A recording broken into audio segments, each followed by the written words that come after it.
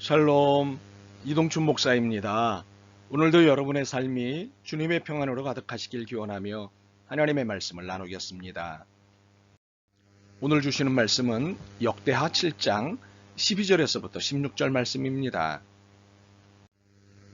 밤에 여호와께서 솔로몬에게 나타나사 그에게 이르시되 내가 이미 내 기도를 듣고 이곳을 택하여 내게 제사하는 성전을 삼았으니 혹 내가 하늘을 닫고 비를 내리지 아니하거나 혹 메뚜기들에게 토산을 먹게 하거나 혹 전염병이나 내 백성 가운데에 유행하게 할 때에 내 이름으로 일컫는 내 백성이 그들의 악한 길에서 떠나 스스로 낮추고 기도하여 내 얼굴을 찾으면 내가 하늘에서 듣고 그들의 죄를 사하고 그들의 땅을 고칠지라. 이제 이곳에서 하는 기도에 내가 눈을 들고 귀를 기울이니 이는 내가 이미 이 성전을 택하고 거룩하게 하여 내 이름을 여기에 영원히 있게 하였음이라. 내 눈과 내 마음이 항상 여기에 있으리라. 아멘. 역대하 7장 12절에서부터 16절 말씀을 본문으로 하나님의 능력을 사모하는 자의 자세라는 제목으로 말씀을 나누도록 하겠습니다. 어떤 분이 자신이 근무하는 창고 옆에 오리를 키울 수 있는 작은 못을 만들었습니다. 그리고 나서 퇴근하기 전에 오리 농장에서 청둥오리 한 마리를 사서 못에 넣었습니다.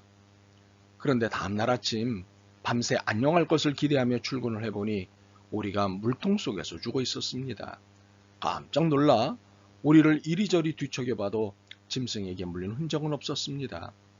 그렇다고 수영이 전문인 오리가 물통턱을 기어 올라오지도 못하고 30cm 정도밖에 안 되는 얕은 물에 빠져 죽었을 리는 없었습니다. 결국 오리 농장에 가서 주인에게 따져 물었습니다. 하지만 자초지정을 들은 농장 주인은 그것도 몰랐느냐는 듯이 말했습니다. 이 오리는 오리 농장에서 부화하고 키운 오리입니다. 그래서 수영을 할 줄 모르지요. 게다가 이 오리는 어릴 때부터 물속에 집어넣지 않았기 때문에 깃털에 기름이 분비되지 않아 물에 잘 뜨지도 못합니다. 이처럼 외모가 오리라고 모든 오리가 수영을 할 수 있는 것은 아닙니다. 이렇듯 교회에 다닌다고 하나님의 능력이 나타나는 것이 아닙니다. 그렇다면 어떻게 해야 하나님의 능력을 만날 수 있으며 하나님의 능력을 나타낼 수 있을까요?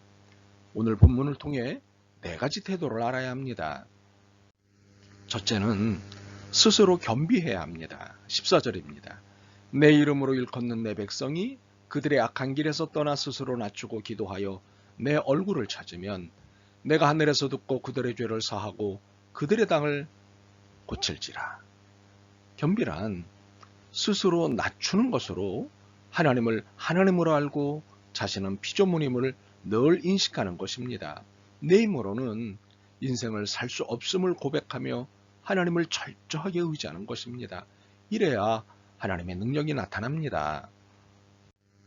바울은 언제나 성도들을 향해 고백한 것이 있습니다. 내가 여러분 가운데 거할 때에 약하며 두려워하며 심히 떨었습니다. 나는 철학 대신 십자가로 웅변술 대신에 약하고 떨리는 마음으로 여러분에게 나아갔습니다. 그렇습니다. 바울은 언제나 성도들을 향해 자신의 약함을, 떨림을 고백했습니다. 중국 선교사였던 허드슨 테일러는 이런 고백을 자주 했습니다. 하나님의 모든 위대한 거인들은 연약한 사람들이었다. 시편 31편 23절을 읽어봅니다. 너희 모든 성도들아 여호와를 사랑하라.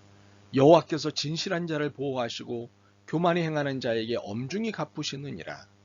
하나님이 가장 미워하시는 것 중에 하나가 교만임을 아시기 바랍니다. 내 힘으로 무엇을 해볼 수 있다는 자세는 교만의 대표적인 것입니다.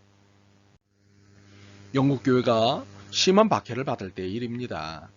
200여 명의 성직자들이 적군을 피해 도망을 가고 있었습니다.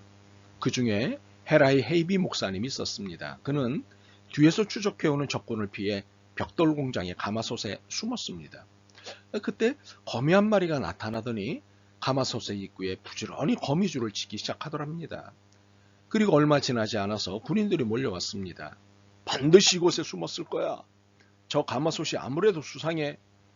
그때 다른 군인이 말했습니다. 입구에 거미줄이 엉켜 있는 것을 보니 저것에 숨지는 않은 것 같군.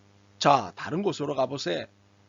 이렇게 해서 그 목사님은 거미 한 마리 때문에 목숨을 구할 수 있었답니다. 그날 이후 헤이비 목사님은 인간의 생명이 거미 한 마리에 의해 좌우될 수 있다는 사실을 깨닫고 평생 겸손한 자세로 하나님과 사람들을 섬겼답니다. 그렇습니다. 인간은 지극히 나약한 존재입니다. 때로는 거미 한 마리에 의해 운명이 결정됩니다. 그러므로 겸손해야 합니다. 둘째로 하나님의 얼굴을 구해야 합니다. 14절을 다시 봅니다.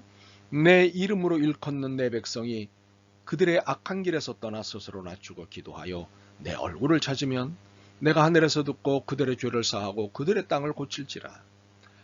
하나님의 얼굴을 찾는다는 것은 하나님의 얼굴을 구한다는 것입니다. 이는 하나님을 보면서 기뻐한다는 것이지요. 주님이 좋습니다. 주님만 내게 계시면 됩니다. 하는 태도요. 고백입니다. 만약 하나님 그분 자체로 좋은 것이 없다면 이는 우리의 영혼이 병든 것입니다. 다윗은 자신이 구한 것이 하나도 이루어지지 않을지라도 오직 원하는 것은 하나님 한 분뿐이라고 고백했습니다. 하나님의 얼굴을 구하고 하나님만으로 기뻐한 사람이 드릴 수 있는 고백입니다. 사도 바울도 예수님을 한번 알고 보니 그분을 아는 것보다 더 고상한 것이 없다고 고백했습니다. 캠핑을 가면 아이들이 밤에 후레쉬를 갖고 놀기를 참 좋아합니다. 그러나 해가 뜨면 언제 가지고 놀았냐는 듯 후레쉬는 쳐다보지도 않습니다. 이렇게 세상에 반짝반짝 빛나서 좋다는 그 어떤 것도 주님의 광명한 빛에 비하면 아무것도 아닙니다. 이스라엘 백성은 하늘에서 만나가 내리는 기적을 경험하고도 불평을 늘어놓았습니다. 우리도 이렇게 살기 쉽상입니다. 하나님의 얼굴을 구하지 않은 채 다른 것으로 채우려 하면 결국에는 하나님의 은혜도 보지 못하는 병에 들 수 있습니다. 하나님의 얼굴을 구하는 것은 이미 하나님의 은혜를 많이 경험한 사람일지라도 항상 새롭게 필요로 하는 일입니다. 진정한 심령의 치유는 하나님의 얼굴을 구하고 감격할 때 일어납니다. 셋째로 기도해야 합니다. 15절과 16절입니다. 이제 이곳에서 하는 기도에 내가 눈을 들고 귀를 기울이리니 이는 내가 이미 이 성전을 택하고 거룩하게 하여 내 이름을 여기에 영원히 있게 하였음이라. 내 눈과 내 마음이 항상 여기에 있으리라. 참으로 기도할 때 하나님의 가슴이 움직이신다는 사실입니다. 참으로 큰 영광이지요. 하나님의 눈이 기도하는 우리의 모습을 향하고 그분의 귀가 기도하는 우리의 목소리에 열리신다는 것입니다. 얼마나 귀한 일인지 모릅니다. 우리의 기도를 듣고 죄를 사하시고 이 땅을 고치시겠다는 것입니다. 참으로 귀한 약속입니다. 하나님의 손은 결코 짧지 않으시며 짧아지지도 않으십니다. 물론 내 손은 짧습니다. 그렇지만 하나님을 향해 꿈을 품고 하나님께 기도하면 하나님께서 능력의 손을 펴서 그 일을 이루시고 축복하십니다. 그러므로 여러분의 마음속에 하나님을 위한 큰 비전을 품으시고 짧아지지 않는 주님의 능력을 믿으시기 바랍니다. 네 번째로 악한 길에서 떠나야 합니다. 14절을 다시 봅니다. 내 이름으로 일컫는 내 백성이 그들의 악한 길에서 떠나 스스로 낮추고 기도하여 내 얼굴을 찾으면 내가 하늘에서 듣고 그들의 죄를 사하고 그들의 땅을 고칠지라. 하나님의 치유를 받으려면 악한 길에서 떠나야 합니다. 내 삶의 방향이 악한 길에서 떠나 아버지 하나님의 품으로 향해야 합니다. 하나님은 내가 거룩하니 너희도 거룩하라고 말씀하셨기 때문입니다. 바다 전체가 소금이지만 거기에 사는 물고기를 잡아 회를 만들어 먹으면 짜지 않습니다. 우리도 이 악한 세상에서 악에 물들지 않고 살 수 있습니다. 우리를 부르신 분의 뜻을 좇아 예수님의 형상을 본받는 데까지 나아가야 합니다. 그것이 우리를 자녀 삼으신 아버지 하나님의 궁극적인 목적이십니다. 그러므로 하나님께서 성령님을 통해 내 심령의 깨달음을 주실 때 즉시 그 죄를 버리고 고치고 하나님께 나와야 합니다. 미루면 안 됩니다. 즉시 결단하고 실행에 옮겨야 합니다. 감동을 주실 때 즉시 따르지 않으면 우리의 신앙은 미지근해지고 정체되는 현상들이 나타납니다.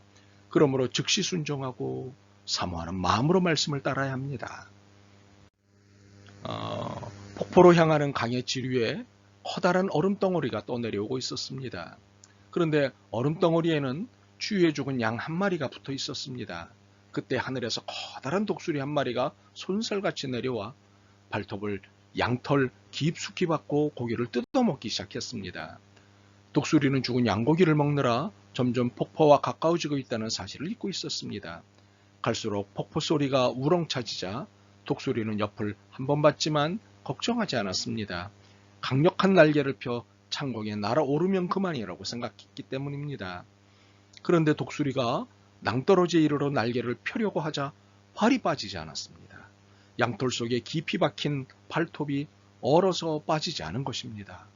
결국 독수리는 양의 시체와 함께 폭포에 떨어져 죽고 말았습니다. 마음만 먹으면 뭐든지 다 할 수 있다고 하는 생각은 교만입니다. 마음만 먹으면 악한 길에서 떠날 수 있다고 생각하는데 그것이 벗어날 수 없는 죽음의 사슬이라는 것을 알아야 합니다. 지금 당장 떠나지 않으면 죽습니다. 독수리처럼 말입니다. 하나님의 백성들이 겸비하지 못하면 형식화되고 굳어지게 됩니다. 그러므로 혹시 종교의식 가운데 열매는 없이 입만 무성해진 종교인이 되어가고 있는 건 아닌지 돌아봐야 합니다.